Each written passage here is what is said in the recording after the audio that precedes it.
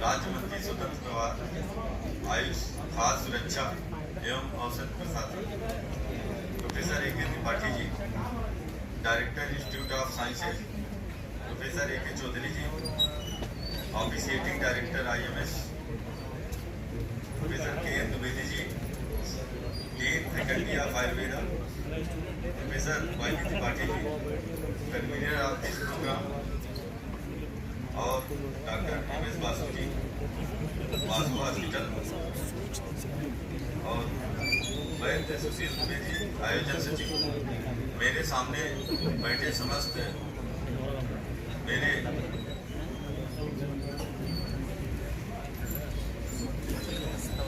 मेरे शिक्षक, मेरे सीनियर, मेरे कलीग्स, जूनियर्स, प्रिय छात्रों एवं छात्राओं, प्रिंट एवं इलेक्ट्रॉनिक मीडिया से आए लोग, आप सभी का मैं इस BHU कैंपस पे जो आज का थीम है आयुर्वेद को अंतर्राष्ट्रीय पटल पर आधारित स्थापित करने में विज्ञान एवं तकनीकी का योगदान सेमिनार में आए। सबसे पहले मैं प्रोफेसर यामिनी भूषण त्रिपाठी जी को बधाई देता हूं कि आपने अपने 65 साल पूरे कर लिए हैं, आज सेवानिवृत्त हो रहे हैं। सर, आप सेवानिवृत्त के पश्चात भी नया कार्यक्रम से जुड़ रहे हैं और इसे गति देने में आप समर्थ हैं। मैं आपका छात्र भी रहा हूँ, मैं आपकी क्षमता को जानता हूँ और आप सदैव ही कंस्ट्रक्टिव काम करते रहे हैं, तो आगे भी करते रहेंगे। आप स्वस्थ रहें, निरोग रहें, दीर्घायु रहें। माननीय मंत्री जी चूंकि काशी के रहने वाले हैं और इस विश्वविद्यालय के छात्र हैं, मैं भी इस विश्वविद्यालय के छात्र रहा हूँ। आज इस कैंपस में आपका प्रथम आगमन है माननीय मंत्री बनने के बाद, तो मैं भी आपको इस संस्था में एक बार पुनः स्वागत करता हूँ।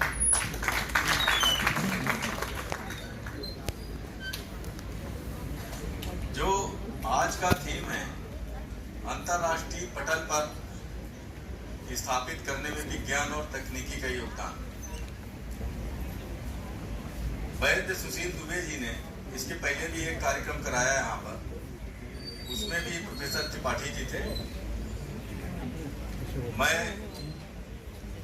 वैद्य सुशील दुबे के पहले भी एक शख्स का नाम लेना चाहूँगा जो यहाँ पर professor GP Dubey. GP Dubey अपने समय में आयुर्वेद को यहाँ पर उत्थान करने के लिए हमेशा प्रयास करते रहे और संयोग ये था कि वो भी क्रिया शारीर में ही थे। तो ये क्रिया शारीर विभाग का सौभाग्य है कि एक दुबे जी की जगह दूसरे दुबे जी ने वो स्थान प्राप्त कर लिया है। और जो इंटरेक्शन था, हालांकि मैं स्टूडेंट था उस समय, नहीं समझता था इस बात को कि प्रोफेसर दुबे उस समय ब्राह्मी पे काम कर रहे थे और हमेशा ब्राह्मी की बात करते थे। हम लोग स्टूडेंट थे, जैसे कि छात्र पीछे बैठे हैं तो उनके शिक्षक सामने बैठे तो कहते थे, मुझे अब भी याद है प्रोफेसर सिंह साहब ने कहा कि is the man of dollar, he always talking about the dollars. तो तब हम लोग भी ऐसा करते थे कि ऐसी क्या बात है। लेकिन आज आप देख रहे हैं कि उस 25 सालों के बाद जो प्रोफेसर दुबे ने बात कही, आज हम उस पर व्याख्यान के लिए यहाँ पर बैठे हुए हैं। तो ये पहले से सोच थी, कमी थी हम में कि हम अपनी विधा को भूल चुके हैं, अपनाने से मना कर रहे हैं। मंच पर कहना, करना और कथनी दोनों में बहुत डिफरेंट है। अभी दुबे जी ने कहा कि हम आहार की बात कर रहे हैं कि हमें ऐसे खाना चाहिए। आप सब तो आयुर्वेद के छात्र हैं, हम सब आयुर्वेद के विद्यार्थी रहे हैं और मैं इस मंच से कह सकता हूं कि क्या हम उस आहार का पालन करते हैं? नहीं करते हैं। तो सबसे पहले जब मैं उसकी शुरुआत करूं, कहा जाता है कि समाज में परिवर्तन के लिए केवल समाज जिम्मेदार नहीं है, सबसे पहले मुझे अपने में परिवर्तन की जरूरत है। यही थीम हमारे माननीय मंत्री जी का भी है और जब से आपने कार्यभार संभाला है तो हम लोग माननीय प्रधानमंत्री जी के जो महत्वाकांक्षी योजनाएं हैं, जिसमें आयुष को आगे बढ़ाने के लिए आयुष औषधियों का इतना ज़्यादा व्यापार है, और विश्व ने माना कोरोना पीरियड में कि आयुर्वेद के बिना, देखिए WHO जो विश्व स्वास्थ्य संगठन है या कोई भी चीज़ आदमी आपको एक्सेप्ट इतनी आसानी से नहीं करता है। आप में कुछ तो है। जब बाहर के लोग आए पढ़े, ये WHO वही संस्थान है जहाँ विदेशी आते हैं, 6 महीने में आपकी विधा को पढ़ के जाते हैं और अपनी भाषा में वहाँ अच्छा खासा व्यापार चला रहे हैं। हमारे से ज़्यादा जो आयुर्वेद ग्रेजुएट हैं, आयुर्वेद के जो पोस्ट ग्रेजुएट हैं, आयुर्वेद के डॉक्टर्स हैं, उनसे ज़्यादा आयुर्वेद का business non Ayurvedic graduates, non Ayurvedic person जो है कमा रहे हैं। तो ये हमें विचारणीय प्रश्न है। अभी प्रोफेसर के त्रिपाठी जी ने कहा सीमेट में काम किया और कि स्टडी होती रही है और PHU अपने 100 साल पूरा कर रहा है और प्रारंभ से यहाँ था। ये बात सही है कि पहले हम अपने को रिजिड थे कि हमारे श्लोक में जो लिखा है प्रभाव उसके दिखते हैं। उदाहरण के लिए मैं आपसे कहूं कि आप क्या मुझे ऊर्जा दिखा सकते हैं? नहीं दिखा सकते हैं, केवल प्रभाव दिखा सकते हैं। अगर हम एनर्जी को एक्सेप्ट करने के लिए तैयार है बिना देखे सुने, तो हम अपनी आयुर्वेद औषधियों को क्यों नहीं तैयार हैं एक्सेप्ट करने के लिए? ये विचारणीय प्रश्न है। लेकिन उसके साथ साथ एनर्जी के डिफिनीशंस हुई, पावर्स आई कि कितने पावर्स का कहाँ पर यूज होगा। वही शब्द प्रोफेसर त्रिपाठी जी कहना चाह रहे थे कि हमारी जो ड्रग हैं, औषधियाँ हैं, उनके बारे में ट्रायल्स होना चाहिए कि किस लेवल पर कहाँ पर ये औषधियाँ यूज की जानी चाहिए।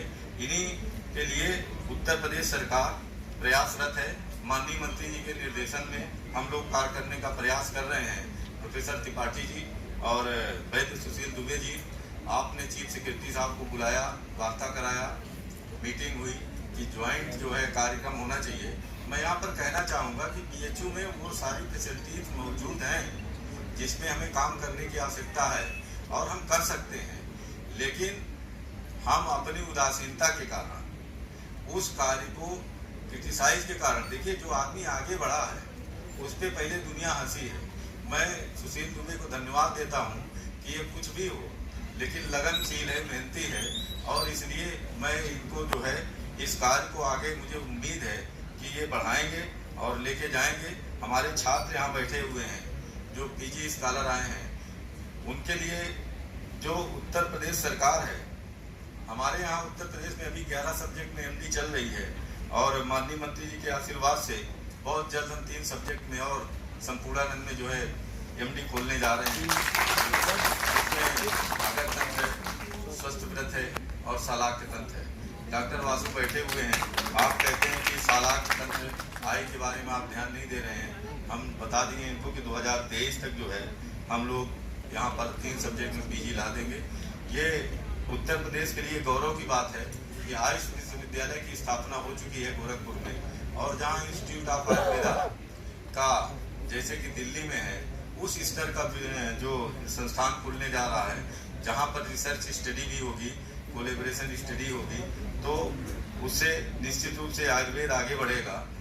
यहीं पर मैं बताना चाहता हूँ कि स्वर्ण प्राशन संस्कार जो प्रदेश में हमारे 8 आयुर्वेद कॉलेज के द्वारा चलाया जा रहा है, इससे पहले सैजनवा तहसील में और कुशीनगर में हमने अलग से चलाया था, माननीय मुख्यमंत्री जी के निर्देशन में हमने चलाया था। तो ये देखा गया कि वहाँ पर बीमारी का जो प्रतिशत था उसमें कम से कम 60% की कमी आई। और जब उसमें अभी मेरी प्रोफेसर भट्ट जो वाइस चांसलर रहे KGMC के, तो उन्होंने कहा कि हम लोगों ने क्लास में जाके पूछा, क्योंकि KGMC भी उसमें पार्टिसिपेंट था, तो बच्चों ने कहा कि हमारा जो मेंटल लेवल है, जो पहले लेजीनेस था, जो समझने की शक्ति थी, तो वो इम्प्रूव किया है। तो ऐसे बहुत सारी चीज़ें हैं जिनके बारे में हम लोग कार्य करें तो निश्चित रूप से आगे बढ़ेंगे। जहाँ तक बात है प्रदेश की, तो प्रदेश में पहले, आज से 5 साल पहले, जब तक आयुष विभाग नहीं था, तब तक स्थिति जरूर खराब थी। मैं इस मन से कह सकता हूँ कि उत्तर प्रदेश इस समय भारत का एक्सीलेंस अवार्ड जो है, एक्सीलेंस आयुष मंत्रालय ने दिया है, जो हमारे यहाँ कार्य हुए हैं विगत 3 वर्षों में, 4 वर्षों में, उसके लिए हम लोगों को आयुष मंत्रालय की तरफ से एप्रिसिएशन हुआ।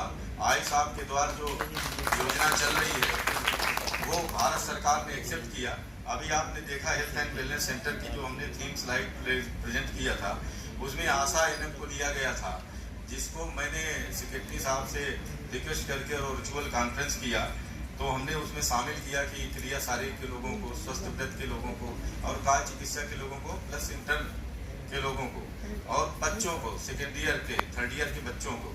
क्योंकि आप जब गांव जाएंगे, व्यक्ति से मिलेंगे, उसकी हिस्ट्री से मिलेंगे, तो वास्तव में कर्मा अभ्यास जो खत्म हो चुका था, तो उसकी एक थीम है कि कम से कम आपको वहां तक लोगों से जुड़ने का मौका मिलेगा और सेकेंड ईयर से ही आप क्लिनिकल की तरफ जाना प्रारंभ करेंगे। इन्हीं के साथ साथ में ये जो आज मेन थीम है कि डाटा कलेक्शन की बात है। आपने जो प्रोजेक्ट बताया है प्रोफेसर त्रिपाठी जी ने, उसे हमने समझा बुझा है और 500 हेल्थ वेलनेस सेंटर में एक साथ चाल प्रारंभ करने की बात है। हमने यहाँ पर दिखाया कि ऑलरेडी भारत सरकार की जो थीम है वो इसी पर आधारित है और ये सेकेंड स्टेप है। तो उस पर हम 500 सेंटर पे शुरू करेंगे, लेकिन उसके पहले हमारे 8 राजकीय जो आयुर्वेद कॉलेज हैं, जहाँ पर हमारी वो फैसिलिटी हैं और वहाँ से जो है स्वस्थ व्रत के टीचर हैं, शरीर क्रिया के हैं, काय चिकित्सा के हैं और पैथोलॉजी भी है। तो हम लोग वहाँ से प्रारंभ करेंगे। उनकी एक आज जो है मीटिंग करके वहाँ के हर एक व्यक्ति को आपकी टीम के साथ जोड़ देंगे और जो भी उत्तर प्रदेश में कार्य हो रहे हैं, आपको हमारे स्तर से जितनी सहायता की जरूरत होगी हम जरूर उसको प्रयास करेंगे कि आपके साथ मिलकर कार्य करें। यहीं पर मैं बताना चाहता हूँ कि अभी जो प्रधानमंत्री जी गुजरात गए तो वहाँ पे आयुष वीजा की बात आई और ये बहुत बड़ी आपकी अचीवमेंट है, लेकिन अचीवमेंट के साथ आपको अलर्ट रहने की जरूरत है कि अभी तक विदेशी आदमी आता था, आप कहते थे साहब आयुर्वेद का इलाज कराने आ रहे हैं, लेकिन अब आयुष वीजा जब बन रहा है तो इसका मतलब हो गया कि आपके नंबर फिक्स हो गए।